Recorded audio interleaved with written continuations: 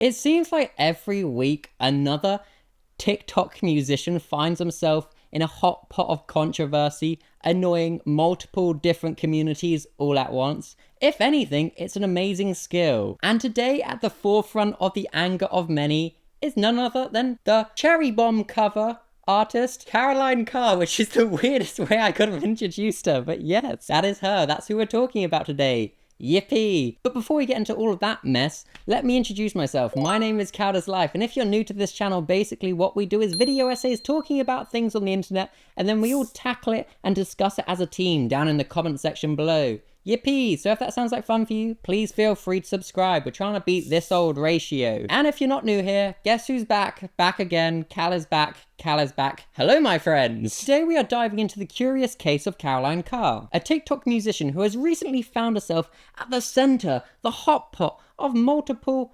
ongoing controversies. They've sort of all amounted up now, and people are like, I've had enough, Caroline. Time to take some accountability. From accusations of mistreating her frogs, to engaging in inappropriate cosplays, to problematic shipping of movie characters, and being labelled as a poser in the goth and punk scene. Caroline's actions, to say the least, have sparked significant debate amongst people. Additionally, her promotion of fast fashion and the TikTok shop has raised serious ethical and moral concerns. So the aim of the day is to kind of explore these controversies she's been linked to, and to kind of just discuss their broader implications to society. Just a quick rundown of who Caroline Carr is if you've never seen her before and you just clicked on this video because you're like, hey, I want something to watch. Caroline is like this TikTok musician who started off her career in TikTok by making funny little videos. She made lots of videos with her frogs, she did lots of cosplays, kind of just, you know, the typical TikToker at this point. They have animals, they do dress up, and then eventually they get a music career. She's done all the big three, so here we are now, talking about her. But she really did amass a huge, great big following, and throughout the time that she has been on the platform,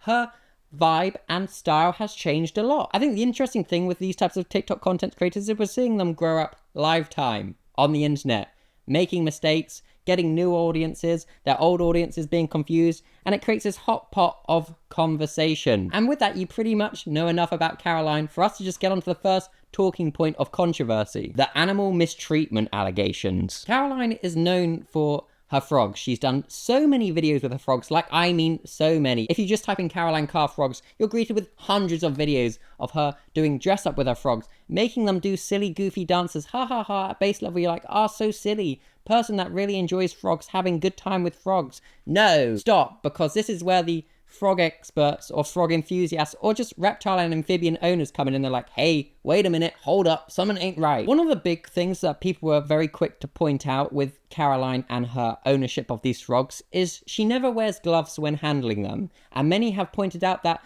when you handle this type of frog, it's better to wear a glove because frog skin is apparently very sensitive and it will absorb the things on your hands. So if you've got anything harmful on your hands, they will absorb it potentially, and that can also maybe make them ill. This is what people are speculating in the comment section. However, I should also point out that conversely, some people said as long as your hands are clean, it is okay to handle this type of frog without gloves. I just want to paint both sides of the picture for us. Some people saying as long as your hands are clean. However, with Caroline, the issue is she would put her frogs on things like her phone case. And you can imagine your phone case gets put on all sorts of surfaces. And typically we don't really antibacterial wipe down our phone cases that regularly, do we? Or she's never shown herself doing that or talking about that. So I can understand why people infer and get upset that she isn't really taking the proper procedures for handling her frogs. She's kind of using them as an accessory to make content, which is a very common theme online. Think family channels, people profiting off their children. Dear Lord, the internet is moralist. The bag, I've got to secure the bag. I will forgo my pet or child's needs. I just want the bag. And by bag, I mean money, capital gain, capitalism, baby, yoo-hoo. However, Caroline did try and learn from this situation, and she did then eventually start doing videos where she was wearing gloves whilst holding said froggies. Yippee! People doing the bare minimum and taking responsibility. That's what we love to see. Oh boy, the bar is so low.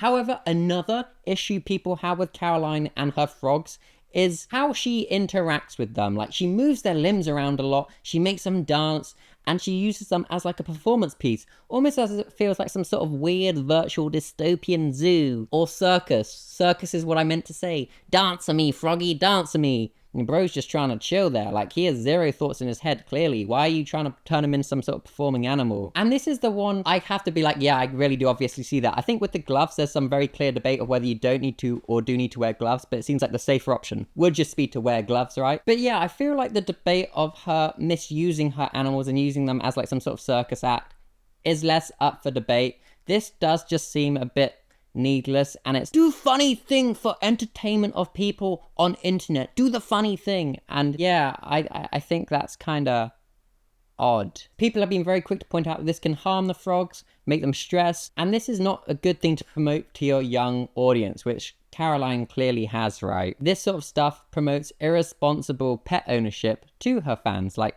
that her frogs can just be this fun little accessory that you can get out and show your friends, and it probably traumatizes the frog, and they'll be like, ribbit, or whatever noise they make, croak, or like, I don't know why I'm trying to show you my frog impressions. That's for me and only me. But yeah, like, you can see when you look at it like that, it's pretty problematic. And even if you're being super analytical, and this is a pretty online take, so you don't have to take it as gospel, but like, the way she glorifies her frogs being silly, goofy, and accidentally latching onto each other when they're eating, again, I think it's kind of a weird thing to do. Because yes, obviously this does happen because they misjudge and they're just silly, goofy critters that will just munch on each other, and it's relatively harmless. It still just like glorifies, do the thing where you eat each other by accident. And again, that may get others to promote this sort of content that seem as cool, which is frogs accidentally eating each other, and you don't know what that can spiral and lead to. And I know that's a very online, very over-worried take, but I think promoting that sort of stuff is just a bit weird. That's like more of the stuff you think, oh, okay, that they're being silly. Maybe don't put that on the internet, though, because it can be inferred so many different ways. Like, are you trying to promote them to eat each other? Again, I know this is a very online worried take, but I'm just trying to consider everything here. Or are you, like, trying to get them to eat each other on purpose? It's just so many different ways it could be inferred. And I think when you've got a big platform, you've kind of got to consider all of these things. And I'm not saying don't have fun and don't create content with your frog, but also be aware that you've got a big platform and things may be inferred badly.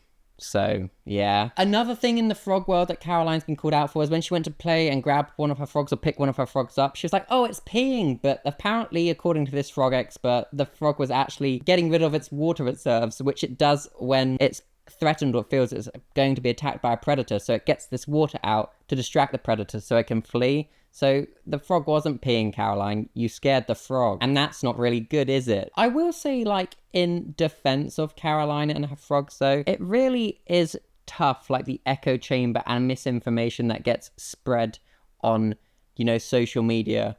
That starts as something good. It starts as a critique, like people just being like, maybe wear gloves, maybe don't treat your frogs like circus animals, maybe, you know, just be a bit more compassionate with them, and be more of a owner parent to your frog rather than a dance-a-me frog, I'm going to play dress up with you type person. The issue is when people try and call her out and other people then just regurgitate that information of trying to explain how Caroline is treating her frogs wrong, it quickly snowballs into false misinformation, which is very problematic and just not truthful. Like, look at this TikTok Caroline made where people were being like, isn't that the person that violated and killed her frogs? And Caroline's like, no, my frogs are still here. I just don't upload about them as much anymore because, understandably so, if you've got thousands of people on the internet telling you you're doing it wrong, regardless of whether you are or aren't, in this case, they were doing it wrong, it's a lot of a burden to bear. So maybe personally she has gone and taken this all on board and she does look after the frogs correctly. It's just, I can understand why it'd make you want to stop posting on the internet, because this is just completely wrong. She didn't murder her frogs. Yes, there's a valid argument that she mistreated them and she used them as objects rather than an actual living creature that has needs and wants. But she's not like this frog killer 9000 that has like a KD of 50 billion. And by KD, I mean it's linked to gaming, your kill-death ratio. And basically every time you get a kill, that's considered a kill. And then it's compared against how many deaths you had. So say if you got a 2 KD, it means you've killed double the amount of times you've died. I don't know why I'm explaining KDs to you. That's needless information. But what isn't needless information is the education of good frog healthcare, and that's what I'm all for. I used to have reptiles as a kid. I had a few bearded dragons and I really loved them, and the thought of people mistreating them makes me sad, because exotic animals, if you can even call bearded dragons exotic animals, they still have lots of needs and you've got to look after them correctly, and though the advertiser's a pretty easy basic reptile to start with, same as this type of frog, I believe. I don't know too much about frogs, but apparently people are saying this is an easy frog to look after. You still got to take all the precautions to make sure it lives a long and happy lifestyle. The second hot topic for Caroline, which is funny that I said hot topic, as she strikes me as the sort of person that definitely buys her clothes from Hot Topic. But the second talking point is the inappropriate cosplays. Caroline cosplayed this character from, I believe it's the My Hero Academia anime, which, boy, does that have one messy hell of a fandom. But that's not what this video is about. And the character is 16, so considered a minor in many countries, and she did TikToks that had sexual themes. The lyrics she was dancing and mouthing to were of adult themes. Say themes more, Cal, themes. And I can understand why this upset people, because an adult dressing up as a kid character being like, it's inappropriate, it's odd, and it further perpetuates that weird negative stereotype that anime's got, which is also a pretty accurate stereotype of the hypersexualization of young women. It's a problematic thing. And I've seen many weirdly quick to defend Caroline, being like, well, that character actually gets sexualized in the anime. Well, you just pointed out an incredible problem with your anime. Why are children being sexualized? Well, actually, the age of 16 is a child. Remember what you were like at 16? I know there's almost like this pseudo-confidence you get between the ages of like 16 to 20, where you're like unbelievably confident, or at least I was. And I was like, yeah, I'm such an adult now, I can buy beer or whatever. I now look back at the years of like 16 to 20 and I'm like, I had no clue what was going on. I was just like, I was on like a little tricycle, and it's just like I had all these freedom, but I didn't really know what I was doing. So the concept of adults being okay with the sexualization of a 16-year-old is disgusting and creepy and weird. Yeah, it really is. And that's not something that should be normalized. And I'm glad people called her out for this. And I'm sorry if you're really into My Hero Academia. I actually tried watching a few episodes of it, because who doesn't like the concept of like superpowers and fighting? And I think at base level, that's pretty cool. But a lot of the costume design and stuff seems just distasteful and odd, really, considering a lot of the characters are so young. And I know you could be like, well, Cal, maybe that anime is more suited to children. Yeah, that's a valid critique. Like, you know, it's maybe for a younger audience. Maybe it's not really for people who are in their mid-20s. Yeah. But even if that is the case, why are they sexualizing young characters? It kind of makes it okay for the audience to be like, yeah, I think it's okay to sexualize such young people. And then maybe they treat themselves like that as well, when you really shouldn't. And that in itself creates a hot pot of problems. And this will be like a common theme you see throughout this video essay. Caroline upsetting multiple communities. So she's upset the cosplay community with these cosplays, because then it reinforces all the weird stereotypes about the cosplay community as well, that like they're this bunch of degenerates that are weird and lawless, when that couldn't be further from the truth. Yes, the cosplay community has its issues, like all communities do, but a lot of the people wouldn't want to reinforce this type of behavior and would stand up and call it out, which is what they have done. Another controversy Caroline has been involved in, and it's kind of linked to the cosplay universe in a kind of roundabout way, is the problematic character shipping. Character shipping essentially is basically where they take two characters and they romanticize them together, and they make them create like some sort of relationship type beat, for real, no cap. Don't know why I said it like that. I think I'm just trying to diffuse my uncomfortability when talking about stuff like this. I find it unsettling, I find it odd. But basically, Caroline used to dress up as this character from Wreck-It Ralph. I think they're called like Vanellope. I hope I'm saying that right. I actually really enjoyed the Wreck-It Ralph movies, but I just haven't watched them in a long time. And basically, she shipped Vanellope with Captain Wreck-It Ralph, or just Ralph. I know him as Captain Wreck-It Ralph. Don't know why, just decided I do now. Vanellope is clearly a little girl. She's 9. Or this person said she was 12. Ralph is clearly a grown-ass man. He's got stubble. He's a big dude. Very big. You can tell he weightlifts. Grown man. Pays taxes. Probably got a semi-detached house. Probably has a car on finance. Probably has a receding hairline. He's got all of the characteristics of a grown man. Shipping these two together, that's a no-no. That's not even a yellow card. You're getting a warning. That's a red card. You're condoning creepy stuff there. Not even tough stuff that Creepy Old Man Incorporated would touch. Very heinous. Very wrong. I don't like it. And I think it's very deserved to be criticized for this. And I think this is kind of like also represents a broader issue for like fan cultures, is where people get so interested in something. It's really lovely for people to have special interests and stuff, because it gives them a purpose in life, and it makes like the monotony of life a bit easier. I'm all for people having passions, having hobbies, but I think sometimes people can get so into things they kind of forget their morals and ethics. And when a big creator does that, it's super problematic, because then it normalizes it for everyone else in that fandom, being like, yeah, we can just push the bar that little bit further, and it quickly turns into something icky and heinous like this. Like, you shouldn't really be promoting, I say really, you shouldn't you should definitely not be promoting any sort of relationship between a child and an adult. Not even Leonardo DiCaprio would touch this one, and that says a lot. Another talking point in the Caroline Carr controversies is her being a poser. Basically, throughout the years, Caroline has had many aesthetics, and recently she's rocking this more gothic, punky aesthetic, especially with like the sort of music she's making, but her vibe and aesthetic is quite gothic. It's like a blend between the two, which isn't uncommon as goths and punks share a lot of similar roots, and they have a very rich history of like do-it-yourself culture. The issue with Caroline, of course, is she's being accused of profiting off these scenes without genuinely participating in them or respecting them. She's very much the capitalistic version or take on them. Recently, she did her cover of Cherry Bomb, and that's where like lots of older people in these communities were like, oh my gosh, stop, this is cringe. But that's like the talking point I want to discuss, is like how a lot of people who are considered posers, it's just them being considered cringe by, you know, people that aren't kids, really. I think the issue is people like TX2, Youngblood, and Caroline are very much meant for children and young adult audiences. So they're like hyper performative ways they go about things, kind of just to make it obvious for their fandom what they stand for. It's kind of considered cringe or just not authentic by older people because it seems, you know, very performative. It seems like they're just reading from a script and they're just trying to say the obviously correct things. So it's kind of almost in their defense, you know, people like Caroline, TX2 and Youngblood, they're not meant for adults. Though they may be adults themselves, I think it's very clear that they're meant for kids. And that's not me saying, you know, if you're an adult, you can't listen to any of these people. I think, you know, in their own right, they've all got some catchy tunes, and I think people are way too hateful on their music purely because you find them cringe as people, and that's fair enough. But vocally and stuff, if you go to your local scene, you'll see a lot of people that can't sing as well as these people, or their music isn't as well produced as, you know, TX2, Youngblood or Caroline. But I know you could argue there that's because these people have big budgets and people in your local independent scene don't. Yeah, that's a very valid critique in itself. I think there's a real big question of, though, like, how do people in the alternative scene stay authentic to the alternative scene and the movements they're part of, and also experience commercial success? Because if the ethos is, you know, do it yourself, make the music yourself, produce it yourself, publish it yourself, why are these,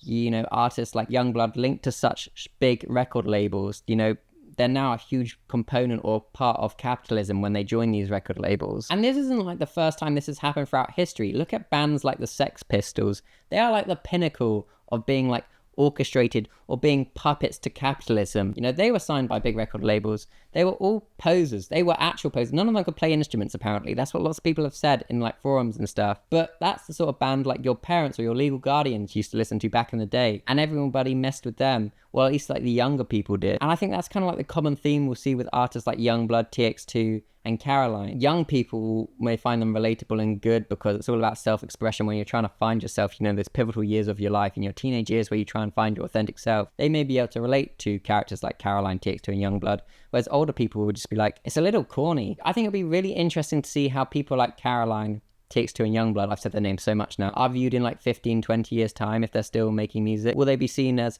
you know, official characters in the scene? You know, if you just stay in the scene long enough, do you just get given your stripes regardless of whether you're authentic or not? I think that's a really interesting one I don't have an answer to, but I'm just interested to see how it turns out. It's almost like characters like the ones I've mentioned will just get used by capitalism, and regardless of how the actual sub-movements members feel, like punks and goths, they'll be the ones that are pushed to the front and used as poster children for these movements, so it can be commercialized, so it can be profited off. So regardless of what the actual members of these communities say, like, you know, with Sex Pistols and punks would be like, yeah, Sex Pistols weren't punks. But if you ask like a normal citizen on the street, they'll be like, yeah, Sex Pistols, so punk. So regardless of what people of the actual, you know, communities will say, capitalism and Creepy Old Man Incorporated will promote bands like the Sex Pistols, promote Youngblood to be valid members of alternative communities, whether they are or are not.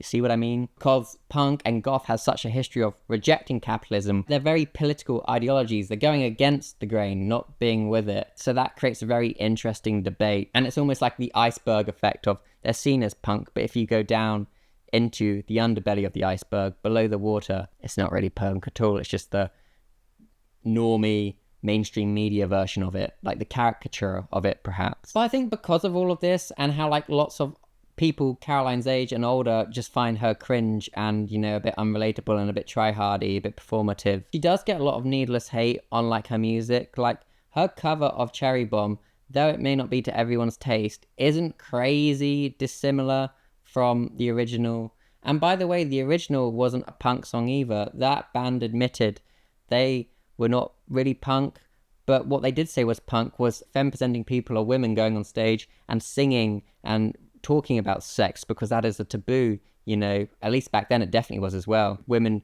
you know, choosing to sexualize themselves or choosing to talk about sexual topics rather than just being sexualized by external sources, you know, that was punk because you're fighting against the status quo. So you could make the argument that through some of Caroline's lyrics and songs that she has made currently, she's fighting that status quo, which is punk in action, but doesn't make her punk, if that makes sense. Something can be punk in nature, in action, but they're not actually a member of the punk community. Just the same as someone can dress and, in appearance-wise, look gothic without being a member of the gothic community. And that's kind of like the nuance of life. You can do things and do actions that are connected to certain movements, connected to certain groups, without being a part of that member or group, right? There's nuance to this whole thing. And though Caroline has clearly done a lot to upset many communities, it's more complex than that, right? It's not just she's bad, totally bad, she's cluelessly bad. There's some redeeming qualities there, I think. Like, she probably does have a musical fan base that genuinely enjoys her stuff and